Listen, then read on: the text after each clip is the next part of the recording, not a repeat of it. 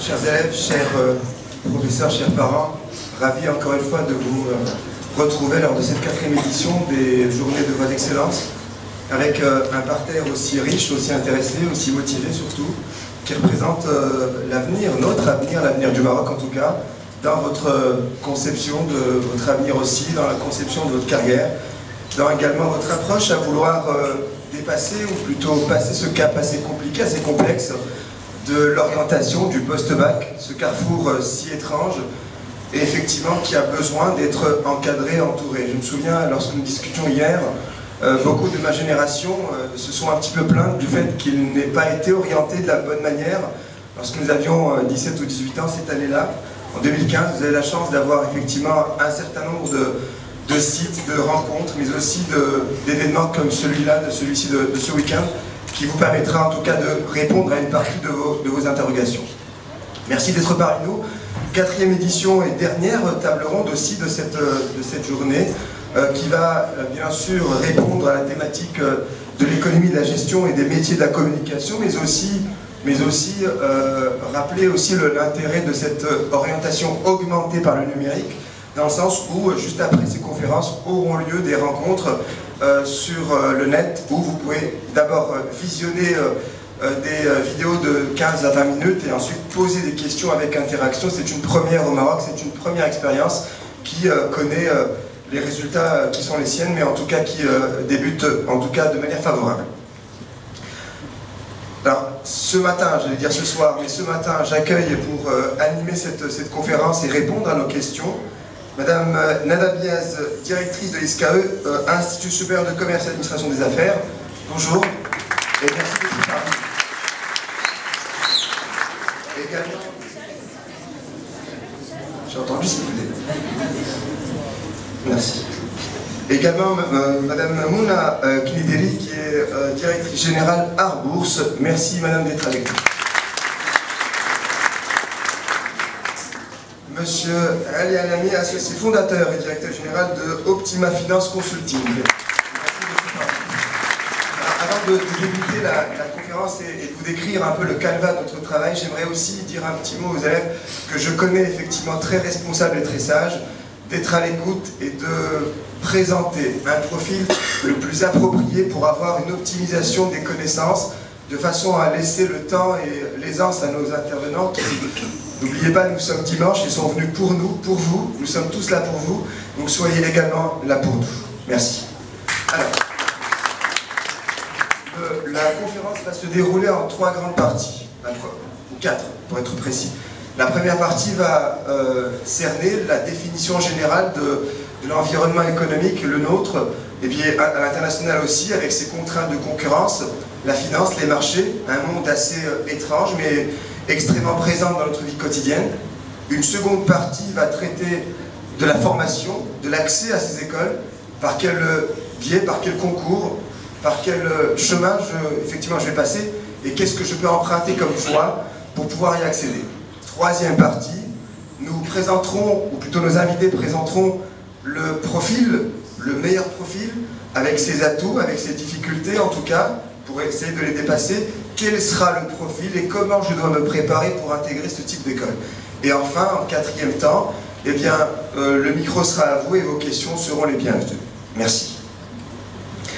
Premier point, je pense que Madame Nada Biaz, on en parlait tout à l'heure en coulisses, j'allais dire, la question relative à la formation vous sera posée dans quelques instants. Également, Madame Mouna traiterait la formation.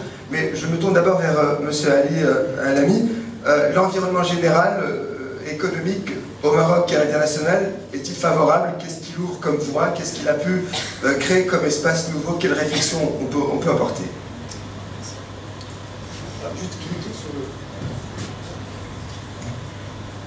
Merci. Bismillahirrahmanirrahim.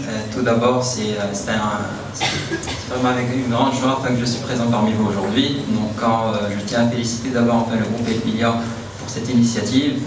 Comme ça a été rappelé, notre génération n'a pas eu la chance que vous avez, à la fois en termes d'orientation, mais également d'accès à l'information, puisque, petite anecdote, je dirais dans les années 80, quand on voulait savoir les parcours ou les écoles qu'on avait après le bac, c'était quasiment, je dirais, un parcours de combattant pour savoir quelles étaient les écoles qui étaient disponibles et les conditions, je dirais, d'accès.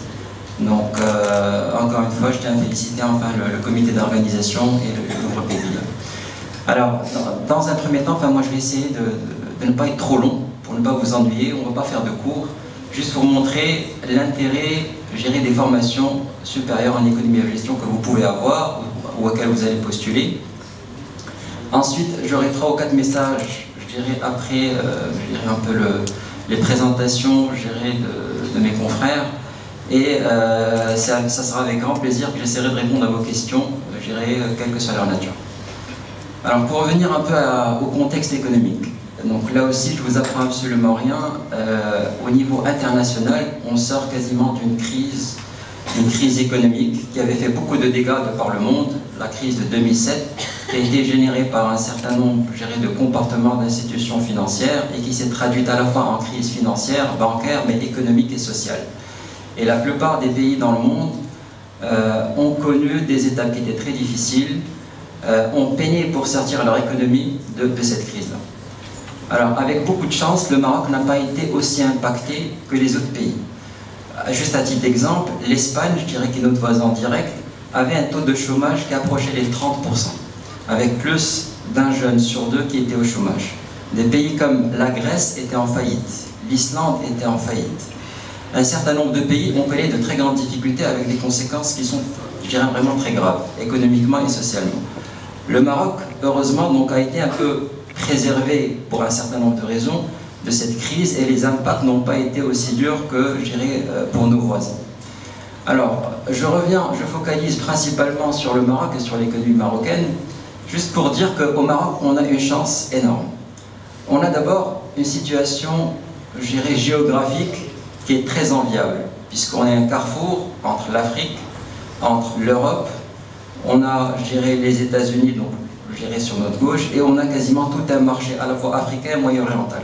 Donc notre position, je dirais, qu'on appelle de pont entre l'Afrique et l'Europe, est une position qui est très très très importante et qui aura des conséquences économiques et bien évidemment sur l'emploi. La deuxième chose, c'est qu'au Maroc, on a eu la chance d'avoir une stabilité politique. Là aussi, nos voisins, la plupart de nos voisins, notamment dans les pays arabes, ont connu des périodes quasiment assez difficiles politiquement, qui se traduisent bien évidemment sur l'économie et sur l'emploi de manière générale. Nous, on a été préservés, on a une stabilité politique qui nous permet d'avoir, je dirais, un certain nombre d'avantages, notamment auprès des investisseurs étrangers qui sont très intéressés par le Maroc. Alors quand on dit investisseurs étrangers intéressés par le Maroc, ça veut dire création d'entreprises, création d'emplois. Autre point, au Maroc, on a connu quasiment depuis un certain nombre, je dirais, d'années, beaucoup de réformes institutionnelles, c'est-à-dire on a changé la constitution, on a changé la réglementation d'un certain nombre de secteurs, tout ça pour favoriser l'emploi et de manière générale le développement économique. Alors, dernier point, c'est que le Maroc a une vision stratégique, donc qui a été, je dirais, déroulée depuis quasiment plus d'une dizaine d'années pour le développement économique du pays et pour que le Maroc soit un leader en Afrique. Quand je dis bien un leader, ça a des conséquences encore une fois sur le développement du pays, sur l'économie. Donc cette vision stratégique s'est traduite par un certain nombre, je dirais, de plans stratégiques qui concernent un certain nombre de secteurs. Il y a des secteurs industriels, notamment, je dirais, la vision stratégique englobait le développement du secteur automobile, du secteur également, je dirais, aéronautique, du secteur de la pêche, de l'agriculture, du secteur bien évidemment, je dirais, bancaire et financier. Tout ça se traduit par un certain nombre de plans gouvernementaux. Alors, tout ça pour dire, pour résumer, arriver à une seule conclusion, c'est qu'au Maroc, on est en train de bien se positionner pour assurer un développement économique. Et qui dit développement économique, dit création d'entreprises et dit également création d'emplois. Alors, les futurs gestionnaires de ces entreprises, les futurs décideurs du pays, ben c'est vous, c'est pas nous. Nous, on est une génération qui est en train de passer. Et donc pour cela, c'est bien d'avoir une idée sur où va le Maroc, quelles sont ses ambitions, quelle est sa vision stratégique et qu'est-ce qu'il faut faire pour vous pour se positionner dans cette vision stratégique. Vous êtes de futurs gestionnaires, de futurs économistes, de futurs financiers et donc le message que j'ai envie de vous faire passer, c'est que la voie est tracée, on est sur une tendance qui est très favorable au Maroc, à la fois parce que la situation géopolitique mondiale le permet, également parce qu'au Maroc, un certain nombre de stratégies ont été mises en place, à juste titre, et là aussi, le besoin en gestionnaire, en économiste, dans les années à venir, dans les 10 années à venir, les 15 années à venir, va être très très très important. Alors, je ne voudrais pas trop m'attarder dans cette petite introduction, mais je reviendrai tout à l'heure sur les métiers. Je reviendrai sur les métiers qui vont accompagner ce développement d'ingénieurs dans l'aéronautique, mais on a également besoin de gestionnaires, on a besoin d'économistes. Quand on dit également développement dans le secteur automobile, on a besoin de techniciens dans l'automobile, d'ingénieurs, mais on a également besoin de gestionnaires. Toutes les sociétés sont gérées par des gestionnaires, par des financiers. Donc voilà, je ne vais pas monopoliser la parole, donc je reviendrai tout à l'heure sur les différents métiers et je vous... Oui, merci M. Alemi. Juste dans la même lignée, je voudrais que Mme Nadabias puisse rebondir. Est-ce que vous aussi, vous partagez l'avis de M. Alemi dans le sens que l'économie marocaine est en devenir et quels sont finalement ses atouts? Qu'est-ce qui permet de croire en cette économie et en tout cas de ces paramètres pour dire que nous sommes en devenir? Tout d'abord, je voudrais remercier la direction du groupe Ilbelia, remercier Talal Chaket pour cette invitation. Et je voudrais préciser quelque chose. En fait, on m'a présentée comme étant la directrice de l'ISCAE Casablanca. Je voudrais préciser que je suis avant tout ISCAïste, c'est-à-dire diplômée de l'ISCAE. Et c'est à ce titre-là que je voudrais contribuer par mon expérience en tant qu'étudiante, justement, qui a emprunté ce chemin pour arriver là où je suis arrivée. Et c'est aussi parce que je suis passée par d'autres expériences avant d'arriver à la direction de l'ISCAE Casablanca, notamment l'entrepreneuriat. Je voudrais préciser aussi que Madame Knedele, qui est avec nous, est également lauréate de l'ISCAE et que donc c'est important pour les étudiants aussi d'avoir des modèles, des mentors et des exemples de ce à quoi pourrait mener une formation 100% marocaine. Nous sommes toutes les deux non seulement iscaïstes, mais produits de l'enseignement public marocain, y compris collège et lycée, pour ma part, je ne sais pas pour vous, mais je pense également, et nous sommes très fiers de l'être, et donc nous serons ravis de répondre à vos questions dans ce sens. Alors effectivement, le Maroc présente beaucoup d'opportunités, il faut savoir les saisir.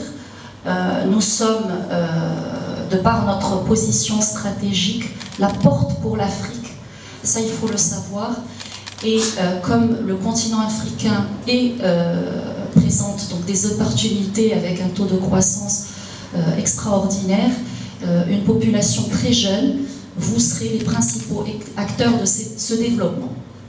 Maintenant, je ne sais pas si je peux à ce niveau rebondir et dire comment accéder et quelle est la voie à emprunter, quelles sont les possibilités de formation pour pouvoir remplir ce rôle. Alors justement, il y a plusieurs possibilités en matière d'études de commerce, d'économie et de gestion. Il y a la voie des prépas et il y a la voie de l'enseignement supérieur public et privé. Alors les prépas, vous avez la possibilité donc au bout de 2 ans donc, de postuler pour des écoles françaises, parce que le concept même de prépa nous vient de France. Vous pouvez postuler soit pour des écoles françaises, mais il ne faut pas oublier de postuler également pour des écoles marocaines. Moi je pense que, ayant vécu l'expérience, si ce n'est pas pour avoir les meilleures écoles françaises, autant penser à ce qu'il y a également au Maroc, parce que nous avons d'excellentes formations. L'avantage, c'est d'être proche du contexte national, sachant que de toute façon, aujourd'hui, avec l'ouverture à l'international, vous pourrez aller en échange, en tout cas pour notre part, par exemple à l'ISCAE, 150 étudiants partent chaque année en échange. Il y a des possibilités de double diplomation avec des écoles de grande renommée en France notamment. Vous pourrez donc postuler pour l'une et pour l'autre. Vous pourrez faire donc votre prépa ici au Maroc, mais même si vous décidez de faire une prépa en France, n'oubliez pas, il y a beaucoup de gens maintenant qui le font, de présenter les concours français et les concours marocains. Donc nous ferons en sorte pour qu'il n'y ait pas de chevauchement au niveau des périodes d'examen et de concours pour que vous puissiez passer et les uns et les autres. Alors, deuxième possibilité d'accès, c'est l'enseignement supérieur. Et là, vous pouvez soit passer par l'université, soit passer... Alors, au niveau du public, vous avez l'université, mais vous avez aussi des écoles publiques du genre ENCG post-bac, ou alors les écoles privées. Alors, vous allez me dire quel est le meilleur chemin. Ça dépend. Il faut savoir que si vous passez par les prépas, vous avez automatiquement le droit de passer les concours. Si vous passez par l'enseignement supérieur, c'est moins évident parce qu'il faut avoir une certaine moyenne pour avoir le droit de passer le concours. Généralement, c'est des moyennes générales qui tournent autour de 13,5-14 pour que votre dossier soit accepté pour passer le concours. Alors maintenant, comment vous préparer? Parce que c'est peut-être un petit peu... Maintenant, vous, en tant que bachelier, il faut savoir que les compétences techniques, les mathématiques, tout ce qui est quantitatif, les matières de comptabilité, ça sont peut-être importantes, mais ce qui est important avant tout, c'est que vous soyez les acteurs de votre propre formation. Aujourd'hui, avec les outils technologiques, l'information n'est plus un problème, c'est comment utiliser l'information et comment contribuer. Et pour cela, il faut de la discipline, de l'autodiscipline, il faut un esprit critique et il faut évidemment un investissement et un engagement personnel dans votre formation. Nous avons remarqué que au niveau des promotions, des dernières promotions, un problème apparaît qui était peut-être c'est quelque chose qui était moins problématique de notre temps, c'est la maîtrise de la langue. Il faut savoir que vous avez beau être bon sur le plan technique, il y a quand même un aspect rédactionnel, reporting, lorsque vous travaillez, qui est essentiel. Et donc, la langue, la maîtrise de la langue, je ne parle pas seulement des langues étrangères, l'anglais, mais d'abord la langue de l'économie, celle qui est utilisée dans les écoles de commerce, et le français. Donc il faut faire un effort particulier à ce niveau pour apprendre à vous exprimer. Je parlerai un petit peu plus tard des profils auxquels nous aspirons et nous espérons offrir sur le marché du travail. Oui, merci Madame. Justement, Madame Mouna Kennedy, vous êtes passée également par l'ISCAE, vous l'avez rappelé tout à l'heure. Aujourd'hui, vous êtes directrice ou directeur général. Il faudrait qu'on dise directrice parce que les femmes ont tellement avancé et effectivement, c'est aussi une question de militantisme. Donc, directrice de Art Bourse, votre métier, votre vie au quotidien, votre manière d'appréhender le marché, comment tout cela a été vécu? Bonjour tout le monde. Je voudrais à mon tour féliciter l'école Ilbilia pour cette initiative citoyenne et je leur souhaite une bonne continuation. Pour revenir à la question de M. Chakir, je suis aujourd'hui directeur général d'une société de bourse, donc je suis dans les finances. Si vous voulez, quoique le mot finance reste un mot très vaste, pour ceux qui s'intéressent aux finances, il n'y a pas que la banque ou la bourse, il y a l'audit, il y a la comptabilité, il y a la gestion, il y a beaucoup de choses.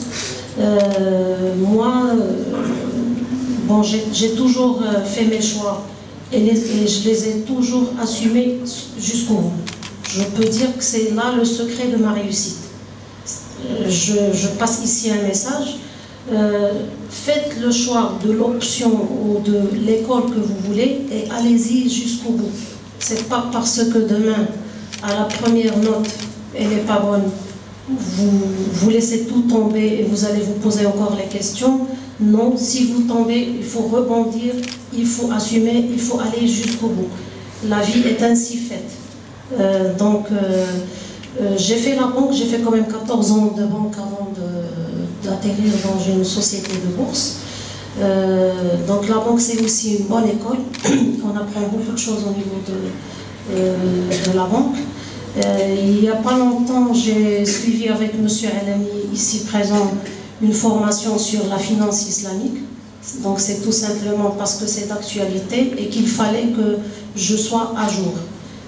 Les métiers évoluent, il faut évoluer avec. On ne peut pas rester le même lauréat d'il y a 20 ans et faire le même métier et le même travail tous les jours. Ça évolue, il faut qu'on suive. Voilà, donc aujourd'hui je fais la bourse, donc pour ceux qui connaissent, je crois que tout le monde aujourd'hui connaît un petit peu le métier de la bourse. Donc c'est un marché qui est ouvert. Nous avons aussi vécu la crise financière. Au niveau de la bourse, ce qui est rassurant, c'est que c'est une crise cyclique. On sait qu'on peut avoir le beau temps pendant 4 ans, 5 ans et vivre cette crise financière et rebondir après avec de nouvelles orientations, de nouvelles décisions pour pouvoir continuer le métier. Voilà, donc je ne sais pas si vous voulez... Monsieur, on y reviendra, mais en tout cas, merci madame. Alors on accueille à l'instant monsieur Dave Komat, qui est un habitué des journées de voie d'excellence. Je pense que vous êtes à votre 3e édition. Merci d'être parmi nous. Vous êtes doyen de la faculté des sciences juridiques, économiques, sociales de Casablanca. Bonjour. Alors,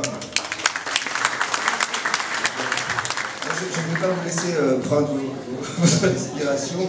Vous allez tout de suite effectivement rassurer ce public parce qu'on a eu des entretiens personnalisés ce matin. J'ai eu beaucoup de craintes quant à cette université marocaine, beaucoup d'a priori. Est-ce que véritablement l'université marocaine se porte si mal que ça?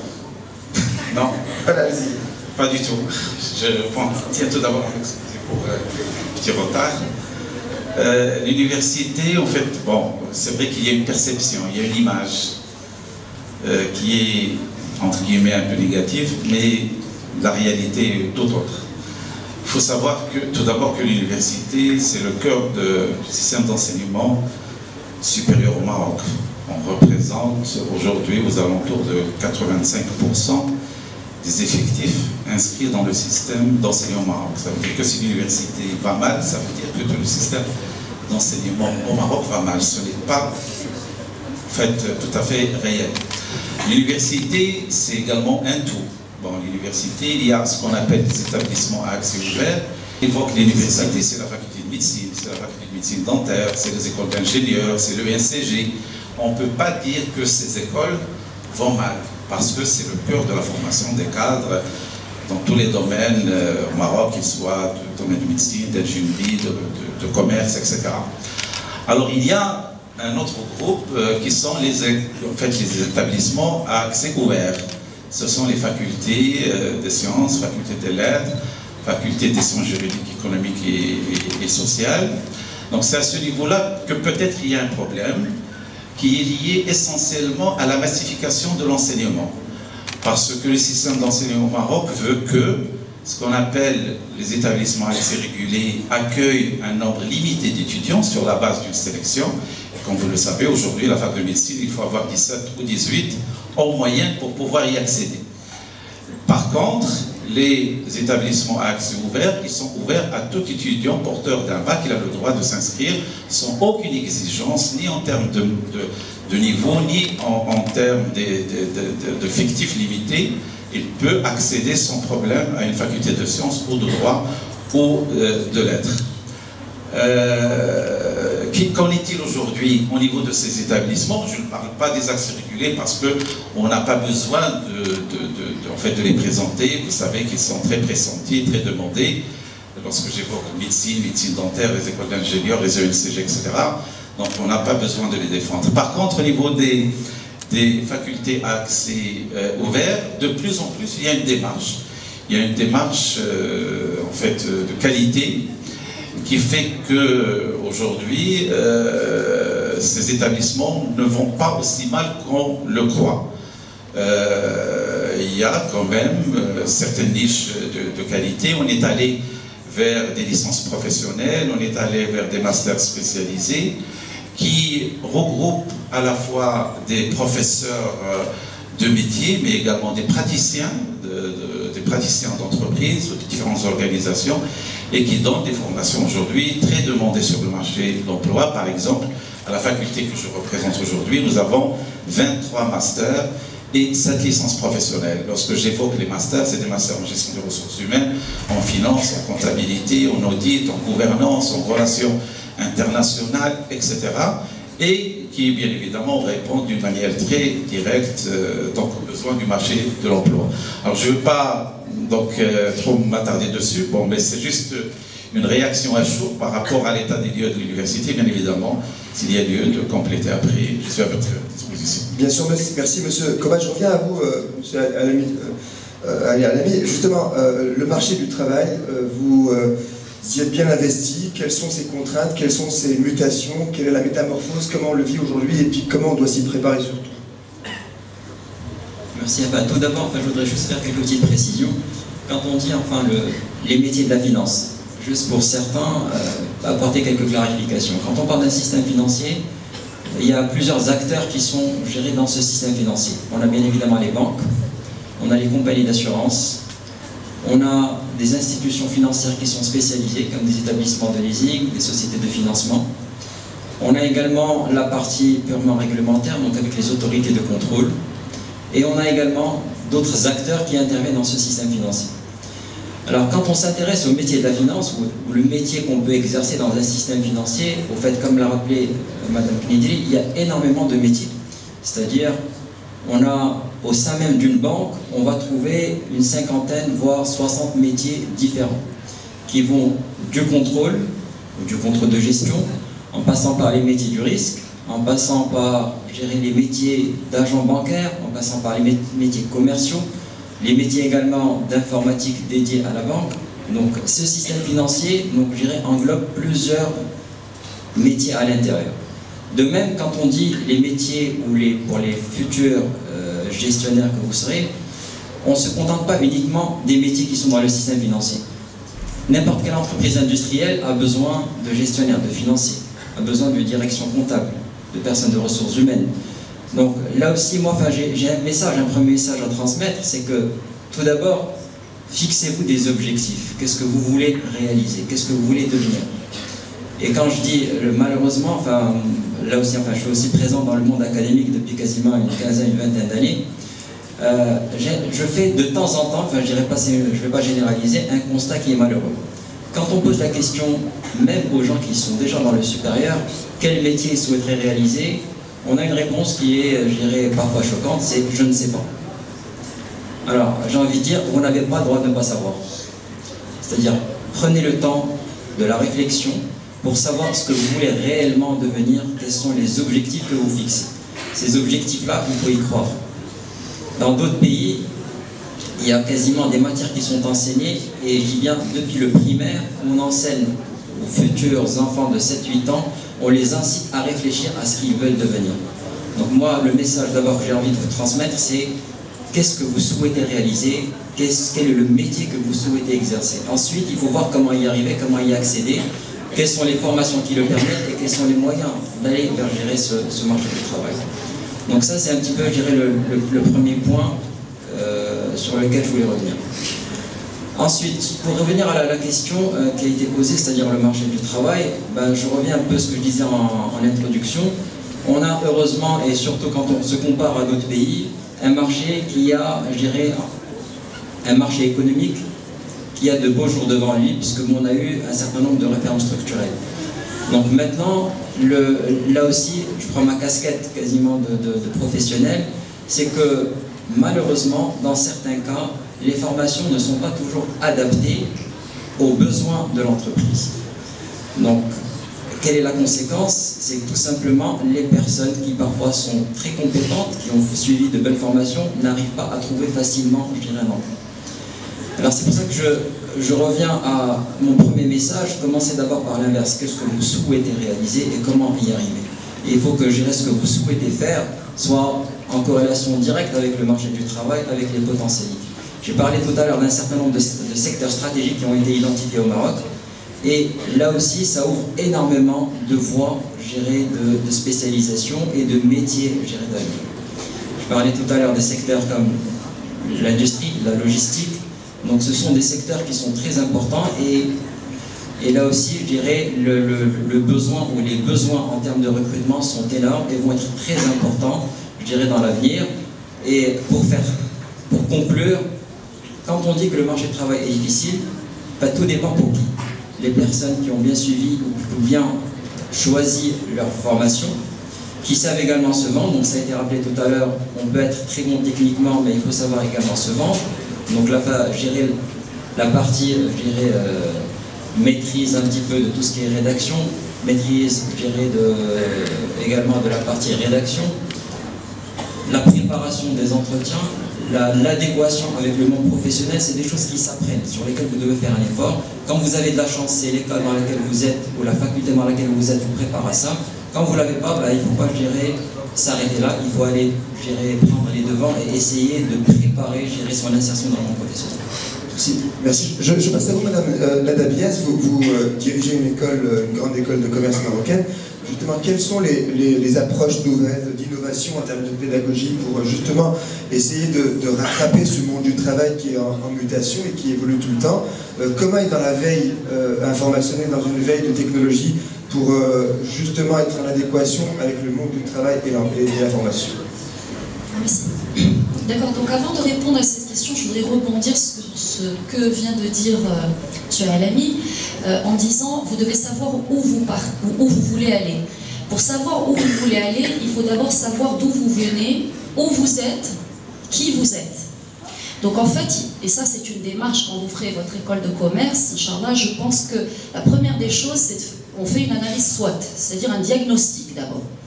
Alors le diagnostic, c'est qui je suis. D'abord, ça commence par soi-même.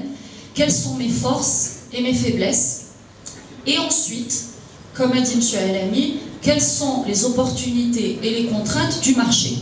Parce qu'il ne faut pas rêver, évidemment, il faut partir de soi, mais il faut voir aussi quel est le contexte dans lequel nous sommes et qu'est-ce qui serait utile pour que vous soyez une véritable valeur ajoutée par rapport à l'entreprise, par rapport au monde du travail, par rapport à votre pays.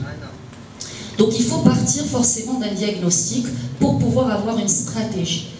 Et ce qui est important, encore une fois, c'est effectivement de mettre le cap, d'avoir un objectif, quitte à le changer par la suite.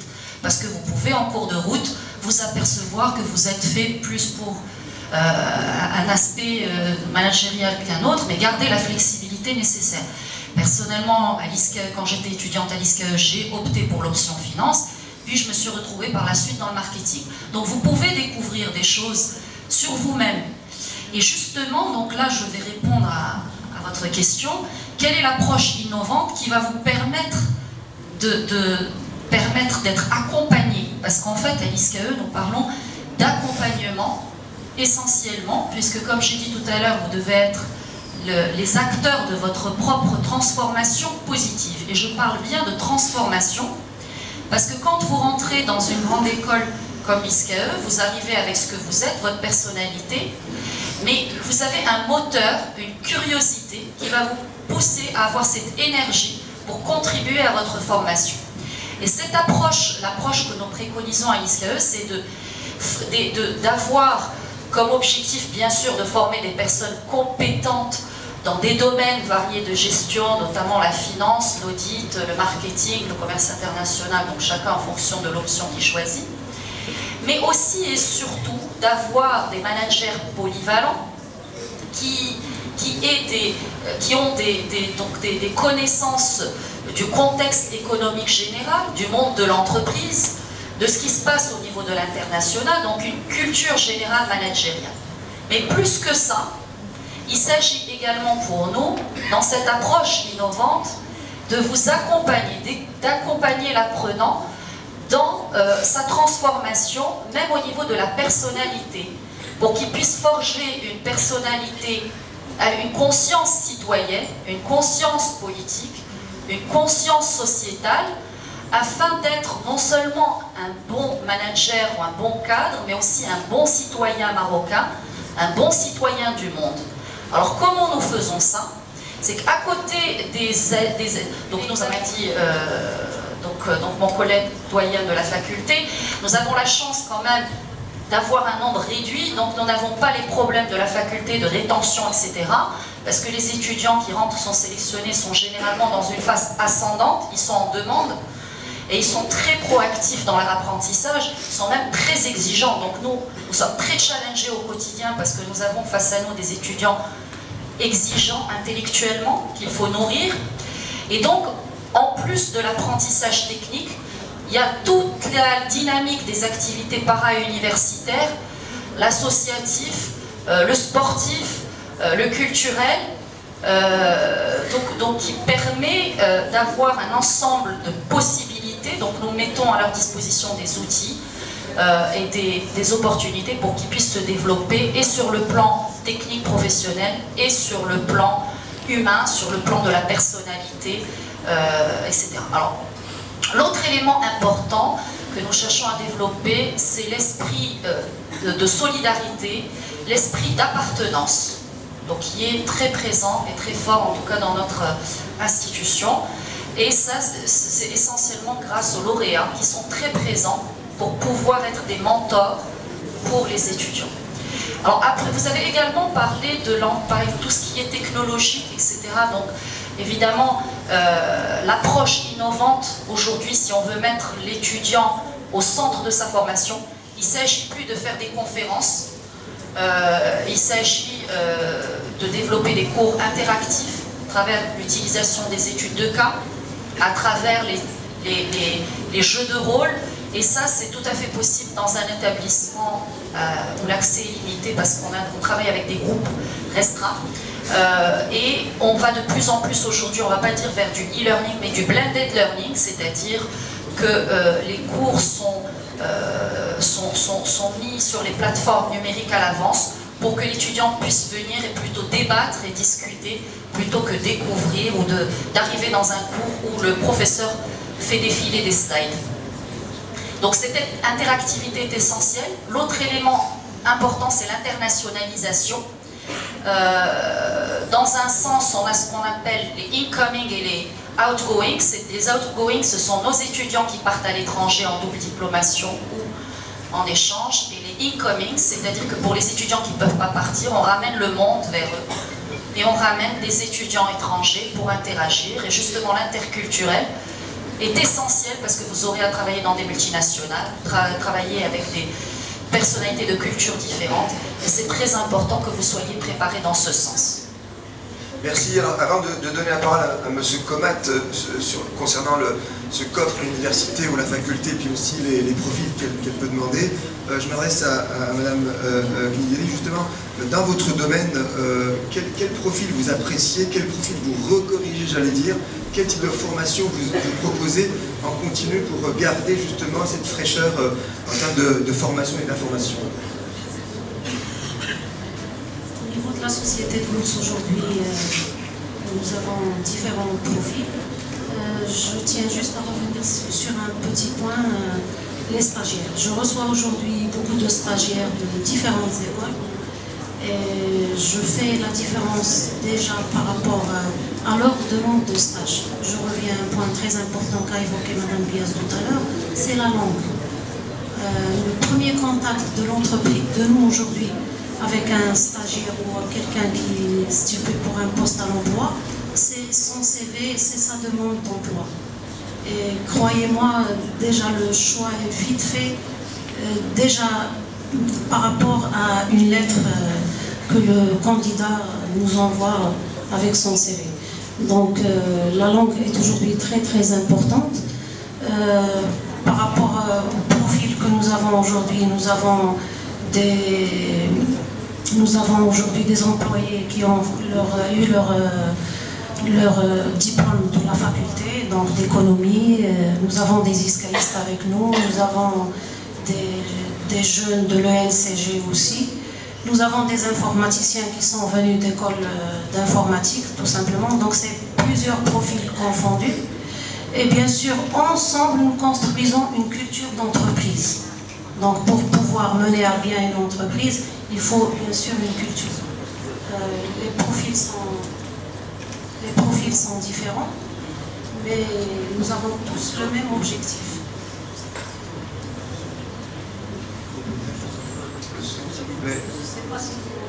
Allez-y, exprimez-vous. Donc voilà, tous les profils aujourd'hui sont demandés. Ce n'est pas juste au niveau de la société de bourse. Une autre précision, c'est au niveau presque de beaucoup d'entreprises. Le marché marocain aujourd'hui est porteur. les demandeurs. Il y a beaucoup à faire au niveau des entreprises. Nous commençons par les personnes, je ne vais pas dire excellentes, mais les personnes qui ont un sens de responsabilité. Il y a des jeunes aujourd'hui qui interviennent au niveau de société et qui accèdent rapidement à des postes de responsabilité parce qu'ils donnent beaucoup d'eux-mêmes. Donc assumez vos choix et assumez vos profils jusqu'au bout pour pouvoir réussir dans la vie aujourd'hui d'étudiant ou dans la vie demain d'un futur employé dans une banque ou dans n'importe quelle société. Merci à vous. Alors, Monsieur Comat, je reviens vers vous. On sait peut-être faussement, vous me corrigerez, que l'université ou la faculté apporte une culture, les écoles apportent un savoir. Est-ce que l'université finalement a réussi à rattraper ce chemin et d'être un petit peu plus pragmatique, plus réaliste? Qu'est-ce que vous proposez et puis comment nos étudiants sont-ils reçus et quel type de profil aussi on doit avoir pour être un bon étudiant de l'université ou de la faculté? Je vais concentrer davantage sur la faculté. Parce que comme je l'ai dit tout à l'heure, à l'université aujourd'hui on trouve du tout. On a des écoles comme les ENCG, qui à l'instar de l'ISCAE, bien évidemment c'est des écoles de gestion, mais sur un groupe limité, avec une approche pédagogique plus interactive. Par contre, pour une faculté des sciences juridiques, économiques et sociales, c'est un effectif plus important et bien évidemment ce sont des conditions de formation qui sont différentes. Si en fait moi j'ai à réagir par rapport à cette question, je vais, parce qu'en fait comme je disais tout à l'heure, la faculté n'est pas sélective, donc il n'y a pas un profil qu'on exige. Mais je vais davantage me concentrer sur le profil de l'étudiant. C'est-à-dire aujourd'hui, si un jeune veut réussir ses études au niveau de l'université, au niveau d'une faculté, quels sont les prérequis, quelles sont les conditions de réussite? Tout d'abord, il faut avoir un objectif de carrière, il faut avoir un projet professionnel. Pourquoi? Parce qu'il y a différentes voies. Il y a tout d'abord des voies liées à des métiers, et les métiers, de par leur nature, ils ont des exigences différentes. Si je vais vers un métier de communication, de marketing, où il y a beaucoup d'interrelations et de communication, bien évidemment, c'est un profil beaucoup plus de contact relationnel et qui exige un certain nombre de compétences et d'habilités comportementales. Si je vais vers un métier plus technique, notamment tout ce qui est informatique, tout ce qui est audit, etc. Et puis ça, bien sûr, ça a également une relation avec le profil, avec la personnalité, avec les exigences, et ce qui fait que le fait d'avoir une voie, d'avoir une carrière, c'est très important. Également, nous avons, au-delà de l'aspect métier, nous avons des voies qui pourraient, par exemple, être une voie de recherche. Aujourd'hui, c'est une question qui se pose au niveau des ENCG, par exemple, les étudiants qui sont en 4e ou 5e année, qu'est-ce que je vais faire après? Et lorsque je dis la recherche, parce qu'il y a la voie également de l'enseignement, la voie du doctorat, c'est-à-dire aller vers des recherches plus poussées et postuler pour des recherches doctorales, pour prendre la voie de la recherche. C'est également un choix de carrière, parce que est-ce que je vais aller vers un métier, une profession, pour assurer une fonction d'entreprise, être un financier, être un auditeur, être un marketeur, être un gestionnaire des ressources humaines, c'est une chose. Si je vais aller vers ces spécialités, mais avec la perspective d'être, par exemple, enseignant universitaire dans ces domaines-là, c'est une autre voie. Et donc, il est très important, au début, d'avoir une réflexion sur ce que je veux être, ce que je veux devenir, parce que c'est très important avec les choix que je vais prendre après. La deuxième chose, par rapport au profil, c'est qu'aujourd'hui, ce qui est en fait aujourd'hui partagé, c'est que chez un profil, il y a deux dimensions. Il y a la dimension technique, qui est la dimension métier, qui est fondamentale. Mais de plus en plus, cette dimension elle est transcendée par la dimension comportementale. C'est-à-dire, c'est un profil, c'est un bon profil, c'est un profil qui a un métier, mais également qui devrait avoir des qualités comportementales, relationnelles, communicationnelles, en fait un certain leadership pour s'imposer comme un meneur d'hommes. Ce sont des qualités fondamentales pour réussir professionnellement. Et donc, il faut que l'étudiant prenne tout cela en compte dès le départ, parce qu'il n'y a pas mieux que le contexte d'apprentissage pour développer ces habilités qui vont vous permettre après de percer le milieu professionnel avec plus de chances de réussir. Ce n'est pas lorsque je serai en milieu professionnel que je vais développer ces habilités. Par exemple, si vous êtes dans une situation de formation, il faut que vous puissiez au maximum communiquer avec vos collègues. Il faut que vous preniez la parole devant un public. Il faut que vous intégriez des équipes et que vous jouiez, que vous puissiez jouer un rôle de meneur d'une équipe. Parce que si vous êtes meneur d'une équipe dans le cadre d'un travail que vous faites à l'université, par la suite, vous allez pouvoir vous imposer comme un meneur d'équipe dans une organisation. Et donc, il est très important à ce que l'étudiant prenne dès le départ conscience de ses exigences pour qu'il puisse évoluer dans ce sens-là. Troisième chose fondamentale, mais les connaissances, avec le temps, ils deviennent obsolètes, ils sont dépassés. Donc, qu'est-ce qu'il faut développer? Ce qu'il faut développer, c'est un esprit d'analyse. Il faut développer l'esprit critique. Il faut développer une démarche de travail. Parce que si on acquiert la démarche, si on a une méthodologie d'approche, quel que soit le changement des connaissances, je vais pouvoir m'adapter au nouveau contexte. Donc ce sont des qualités très importantes qu'il va falloir intégrer, quelle que soit votre évolution. Vous êtes dans une école de gestion, dans une faculté, etc. Ce qu'il faut savoir, c'est qu'il y a des éléments fondamentaux qui allient l'aspect, bien évidemment, connaissances techniques, compétences opérationnelles, à toute la dimension comportementale, et à des habilités et à des connaissances en matière de méthodologie et d'approche qui sont fondamentales qu'il faut intégrer. Merci d'avoir rappelé effectivement, M. Komat, la question de la flexibilité de l'esprit et plutôt que d'apprendre, mais il faut savoir aussi apprendre à changer, c'est important. Madame Nadabiès, vous souhaitez rebondir?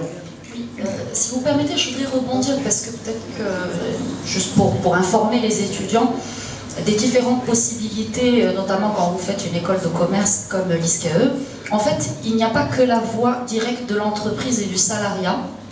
Je sais qu'il y a des personnes qui aspirent aussi à des professions libérales telles que l'expertise comptable. Donc pour ceux qui sont intéressés, il faut aussi savoir comment on accède à l'expertise comptable. J'en parle parce que l'ISCAE a l'exclusivité de la formation au diplôme national d'expertise comptable marocain. Donc, si vous voulez devenir expert comptable, il y a plusieurs voies, là encore. Vous pouvez passer par les facultés, universités, autres écoles de commerce, mais bien évidemment, puisque le cycle d'expertise comptable se trouve à l'ISCAE, nous avons une expérience particulière en matière de préparation des candidats à l'expertise comptable. Donc en principe, après le cycle normal, grande école de l'ISCAE, qui est un grade master, vous pouvez postuler, passer un concours pour le cycle d'expertise comptable. L'expertise comptable, c'est extrêmement pratique comme démarche parce que vous travaillez et vous faites des cours généralement le week-end ou des cours du soir et vous travaillez directement dans des cabinets d'expertise comptable. Généralement, il faut dire que 90% des experts comptables marocains sont formés à l'ISCAE. L'autre voie, c'est l'entrepreneuriat. Il ne faut pas exclure cette voie. Vous savez qu'aujourd'hui, l'entrepreneuriat est très encouragé. Et dans les écoles de commerce, il y a des cours, des modules d'entrepreneuriat, des concours qui sont régulièrement organisés, etc. Et effectivement, comme a dit mon collègue, il y a la voie de la recherche. La voie de la recherche est également maintenant une possibilité à l'ISCAE parce que nous avons ouvert depuis 4 ans l'école doctorale. Donc voilà, il y a en fait, ne raisonnez pas seulement, il peut y avoir plusieurs possibilités. Profession libérale, recherche, entrepreneuriat, travail en entreprise. Voilà, merci.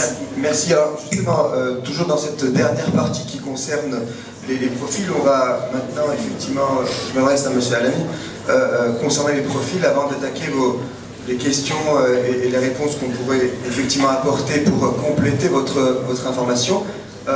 Est-ce qu'on doit être créatif, comme on peut le voir, réactif, polyvalent? Est-ce que finalement, c'est un peu le profil qu'on demande? Beaucoup plus une malléabilité, beaucoup plus une capacité à réagir, d'analyser, comme a rappelé M. Comin et également Mme Bias, ou est-ce que vous le voyez plutôt différemment?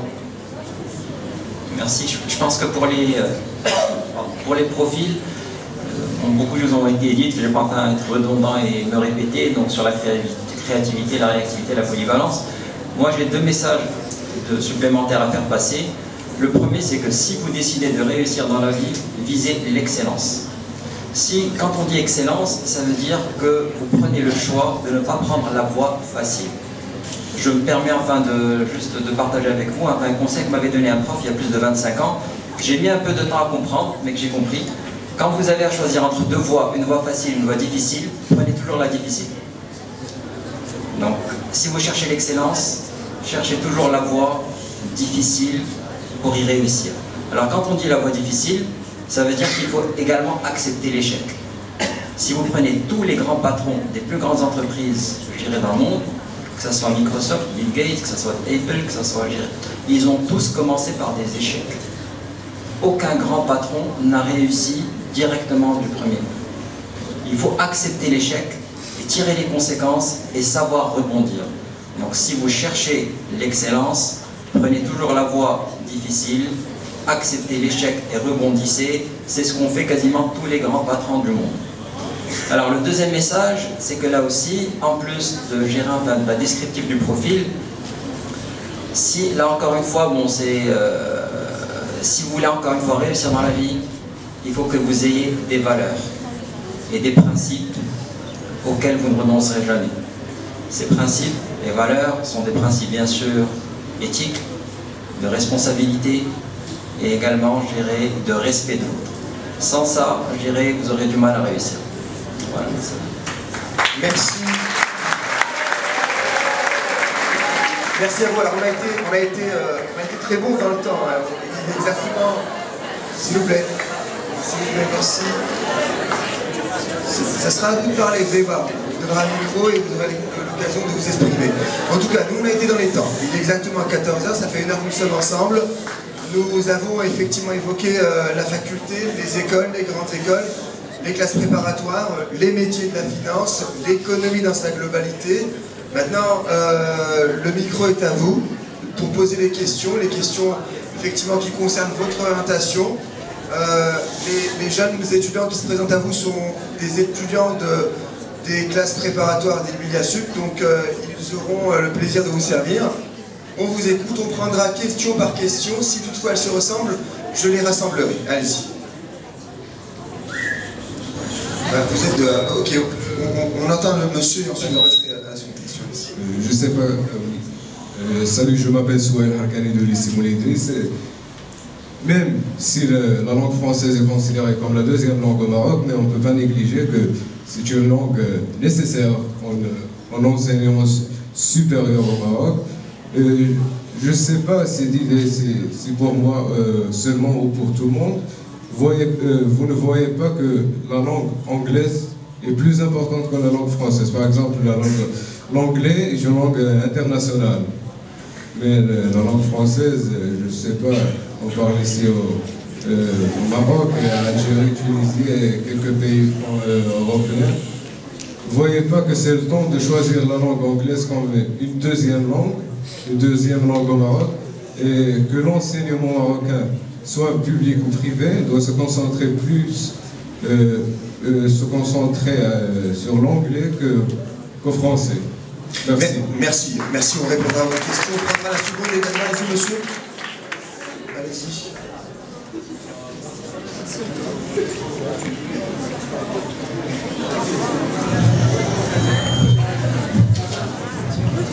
Bonjour. Tout d'abord, je me présente. Je m'appelle Badra Adeta. Je suis étudiant au lycée Khansa. Je vous remercie d'être présent ici. Et ma question, c'est, d'après vous, quel est le bon choix pour suivre la voie d'excellence? Les classes prépa ou le NCG ou d'autres écoles privées ou publiques? Sachant que je veux vivre au Maroc et suivre ma carrière ici. Voilà, c'est ma question. Et merci. Merci, on pourra prendre encore une troisième question, si vous voulez bien, mademoiselle. Voilà.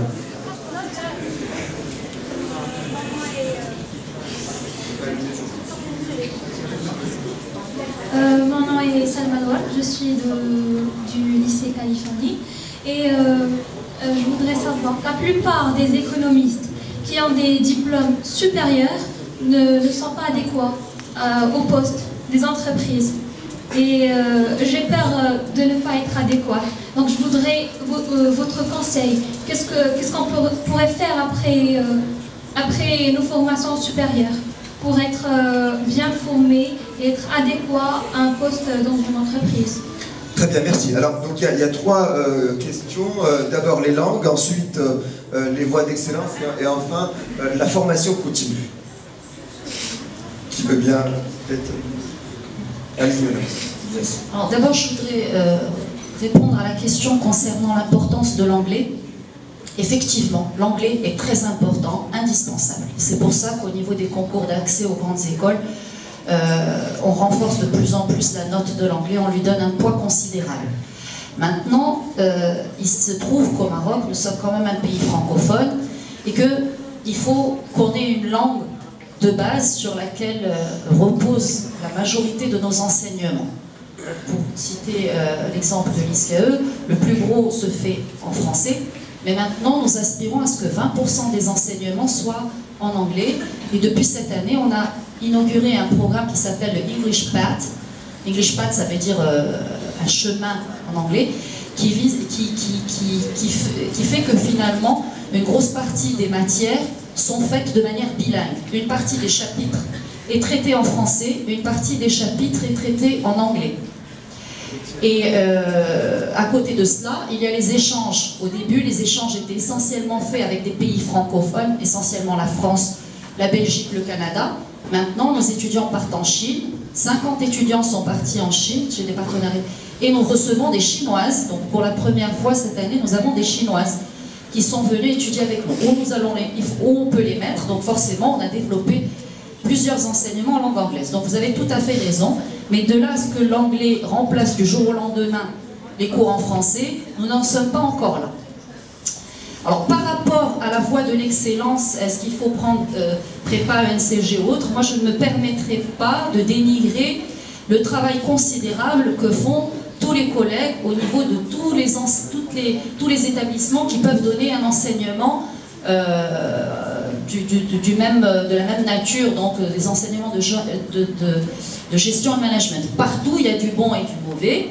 Donc bon, nous sommes sélectifs. Ceux qui peuvent, je pense que la question ne se posera pas. Donc généralement, après, chacun en fonction de ses possibilités va avoir un ordre de priorité, mais il ne faut pas que vous vous fermiez toutes les voies en disant que bon, si je ne fais pas l'ISCAE, je ne vais rien faire. Ce n'est pas vrai. Vous pouvez évidemment parfaitement bien réussir à l'université ou la faculté. De toute façon, un pays sans université, faculté, est un pays qui n'aurait pas d'âme sur le plan intellectuel.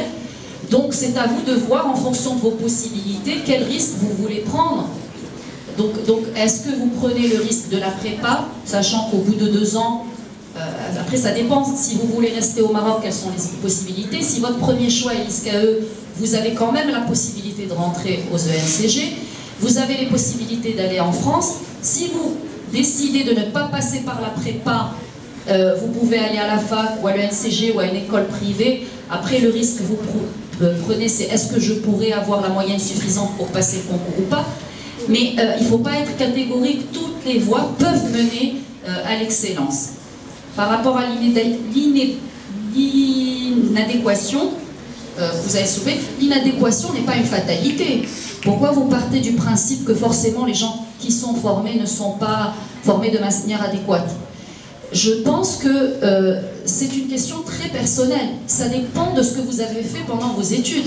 Parce que si vous faites des stages continuellement, si vous profitez, si vous avez des possibilités d'échange, d'aller à l'international, si vous êtes ouvert à votre environnement, je ne vois absolument pas pourquoi votre formation serait inadéquate. je pense que ce soit au niveau des facultés, des écoles, il y a un effort considérable qui est fait pour revoir à chaque fois les matières, les enseignements, je pense. Et puis de toute façon, toujours à un moment ou à un autre, vous pouvez vous reconvertir, faire des masters spécialisés, faire de la formation continue. Je pense que c'est quelque chose qui vous appartient, de décider que votre formation soit adéquate ou inadéquate et pas de jeter la balle tout le temps sur les formations qui existent. Près de 90% du cours d'économie que donnent les enseignants d'économie, ils ne l'ont pas appris à l'école. Mais d'accord, la mondialisation n'est apparue qu'à partir des années 90, donc forcément, si vous partez avec un certain nombre effectivement de compétences de base, vous les développez, vous n'êtes pas obligé de les développer. On ne peut pas effectivement garder une connaissance éternellement. Il y a cette notion de formation continue possible. Merci à vous. D'autres questions, s'il vous plaît?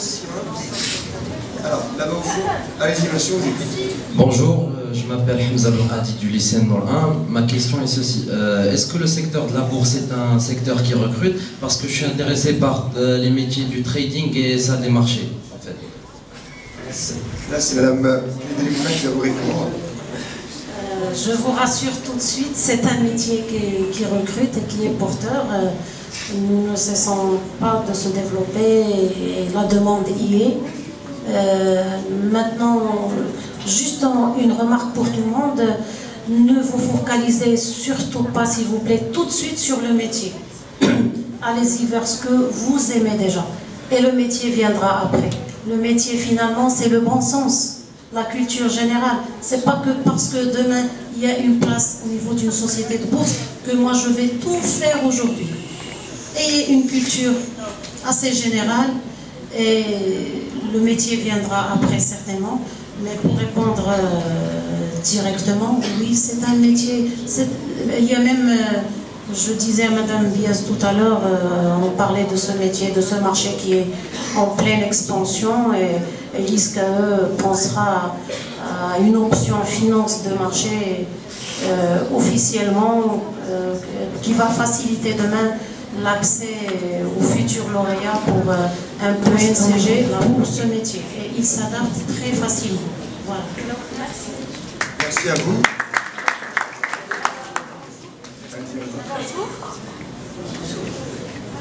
Je vérifie s'il est allumé. Bonjour, donc je me présente, je suis Salma Staouni du TLBA. Donc je m'adresse à Madame Diaz. Vous venez de parler du bon profil. Donc quel est le bon profil pour vous? Alors on va prendre quand même une autre question, effectivement, pour être plus efficace. Allez-y, madame. Bonjour.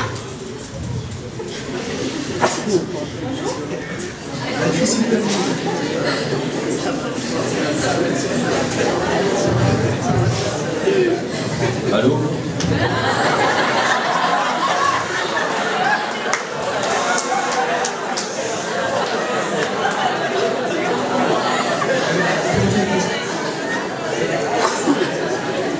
Bonjour. Je me présente, Jehan Sarer, des prépa El Bilia, c'était en première année.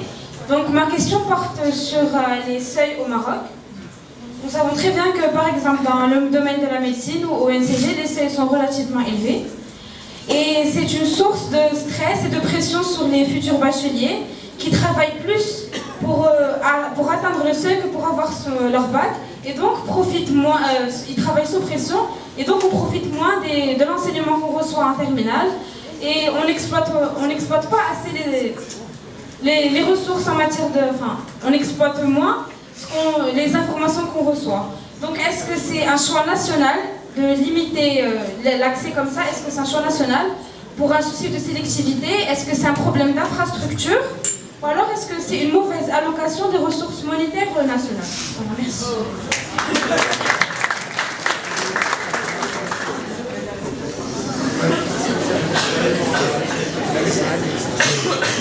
La deuxième question est en politique. Oui. Alors là, vous évoquez un peu toute la structuration, l'organisation du système d'enseignement supérieur au Maroc. C'est vrai qu'aujourd'hui, on estime que la capacité d'accueil des établissements à accès régulé au Maroc représente à peu près, je crois, 17%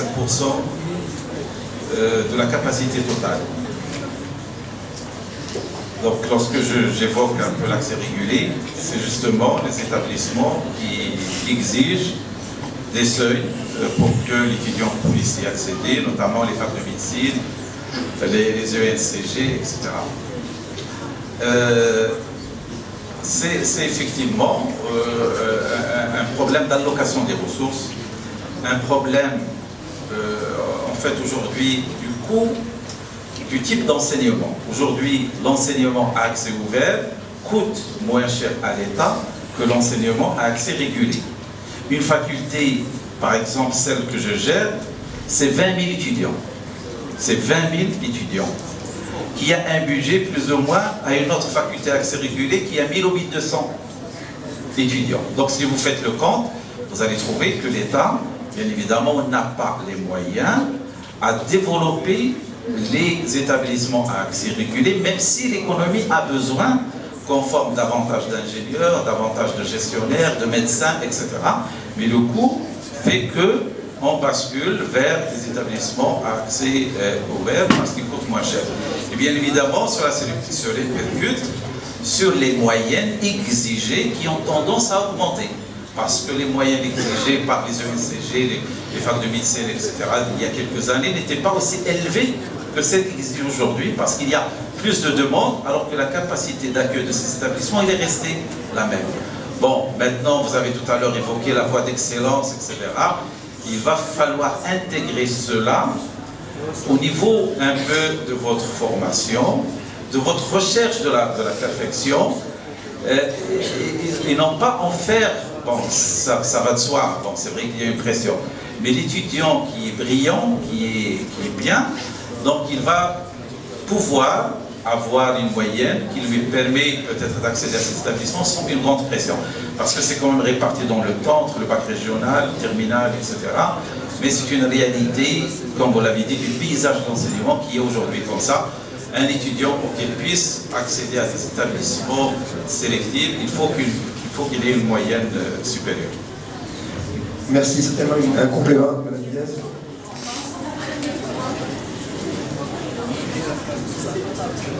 Alors, par rapport au premier point, celui du bon profil, vous avez dit c'est quoi un bon profil pour nous? Alors le bon profil, ici je parlais, alors Madame Filédri et Monsieur Alami ont parlé du bon profil à la sortie. Moi je pense que ce que vous voulez dire c'est le bon profil à l'entrée. C'est-à-dire évidemment pour avoir un bon profil à la sortie, il faudrait aussi qu'on puisse recruter un bon profil, et ça rejoindrait la deuxième question, celle de la sélectivité. Donc si nous voulons avoir d'excellents profils, on essaye de drainer d'excellents profils au moment du recrutement, au moment du concours. Alors c'est quoi ce bon profil? Alors il y a essentiellement deux volets importants. Il y a l'intelligence rationnelle, bien sûr, donc tout ce qui est compétences, donc essentiellement les notes, donc compétences, les maths sont, à l'ISCAE c'est un critère de sélection assez important, donc il faut avoir un très bon niveau au niveau mathématique et quantitatif, technique quantitative, parce que le concours au niveau des mathématiques est assez corsé, donc d'où peut-être l'importance de la prépa. Un excellent niveau en français, très bon niveau en anglais, et puis tout le volet culture générale, connaissances encyclopédiques. Mais ça, ce n'est qu'une partie de l'évaluation. Après, il y a l'intelligence émotionnelle et relationnelle qu'on arrive à détecter au moment de l'entretien. Donc il y a des étudiants qui sont très bons sur le plan technique, mais qui perdent un peu les pédales quand ils sont face à un jury. Or, quand vous serez face à un client, ou face à un employeur, il va falloir savoir défendre votre candidature. Donc c'est très important d'être équilibré, d'être bien dans sa peau, d'avoir confiance en soi, d'avoir la possibilité d'être ouvert à l'autre, de pouvoir travailler en équipe, d'être convaincant lors de l'entretien. Donc je pense que ce sont deux aspects très très complémentaires. Le bon profil est à la fois un profil travailleur qui maîtrise les techniques, mais également un profil communicateur, agréable, ouvert, bien dans sa peau, qui sait présenter. Donc il y a des aspects de fond et des aspects de forme, et vous avez 2 ans pour les préparer, que ce soit en prépa ou si vous passez par l'enseignement supérieur, Donc au bout de 2 ans, après 2 ans, là où vous êtes, si vous avez travaillé ces aspects-là, vous pourrez vous présenter sans crainte au concours. Voilà. Avant de hier, lors de la séance inaugurale des 4e JDE, 4e édition, M. Samuel Mouklouf, le directeur de Microsoft Maroc, a donné des chiffres qui m'ont effrayé. Il avait rappelé hier que 70 millions de postes allaient être créés dans le monde, notamment de l'informatique, mais qu'il y allait y avoir 170 millions de demandeurs de postes. Donc vous vous rendez compte un petit peu le ratio, la concurrence qui est mise en avant. C'est-à-dire que nous avons une démographie qui avance, qui galope, et en même temps, l'entreprise, bien qu'elle fasse beaucoup d'efforts, n'arrivera pas de toute façon à avaler tout le monde, et c'est pour cette raison qu'aujourd'hui, en Europe, vous avez des taux de chômage qui avoisinent 25%, c'est des noyaux qui aujourd'hui sont devenus incompressibles.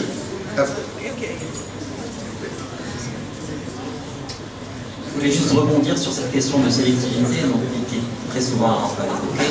S'il vous plaît, ne faites pas de la sélectivité une fatalité. C'est pas parce que vous n'avez pas eu telle ou telle prépa que votre réussite professionnelle, je dirais, va être mise en cause. J'ai énormément d'amis, des polytechniciens, je vous garantis qu'ils sont sans travail et qu'ils ne sont pas contents. C'est-à-dire, dans chacun d'entre nous et dans chacun d'entre vous ici, il y a un profil excellent. Tout dépend de ce que vous voulez faire dans votre vie. Et donc là aussi, prenez les choses en main et choisissez votre carrière, votre profil et donnez-vous les moyens d'y réussir. Il est vrai, c'est-à-dire il ne faut pas gérer non plus en face se cacher ou se voiler la face. Quand on fait une prépa, ça facilite l'accès, je dirais, par la suite à des écoles et à des postes, je dirais, de responsabilité ou à des postes tout court dans les entreprises. Mais ce n'est pas la finalité. Quand on veut, on y arrive. Et la plupart, je dirais, des gens je dirais, que vous trouvez dans les postes de responsabilité ne sont pas tous issus de grandes écoles de commerce ou d'ingénieurs. Il y a beaucoup de gens qui ont fait la fac, qui ont fait des formations, je dirais, dans des écoles privées, de qualité, encore une fois, parce que bon, là aussi, je tiens aussi à le répéter, donc en tant que professionnel, la fac forme d'excellents profils. Mais prenez les choses en main, et si vous voulez y arriver, vous y arriverez avec ou sans. Merci. Une dernière question. Allez-y, mademoiselle. Salam alaikum.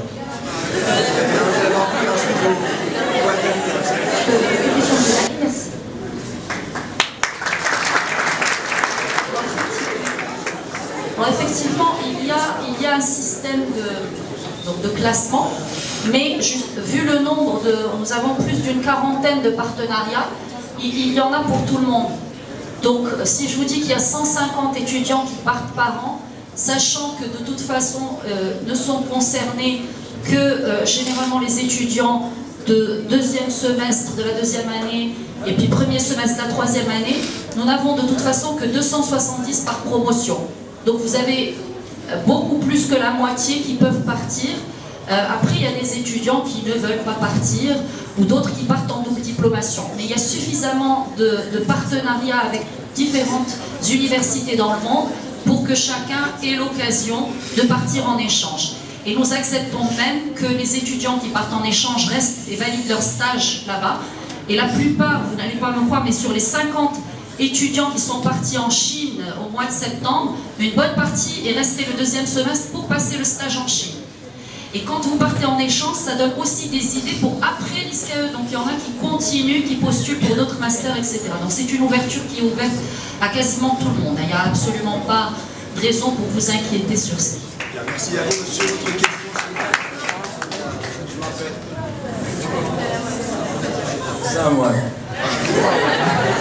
Je m'appelle Ayoub Raferi du lycée Ibn Benna Mourabouchi. Alors, comme on voit au marché du travail marocain, que les recruteurs et les sociétés préfèrent beaucoup plus les diplômés d'un diplôme étranger que de ceux d'un Marocain.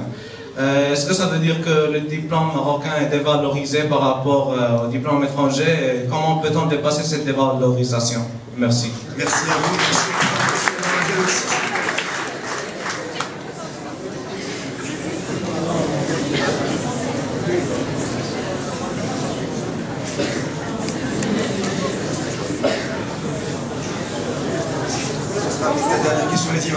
Bonjour. Bonjour.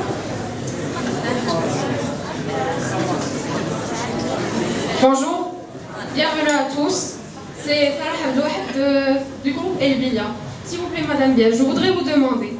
La première de promotion en finance de marché en 2014 a passé 70 entretiens sans trouver d'emploi.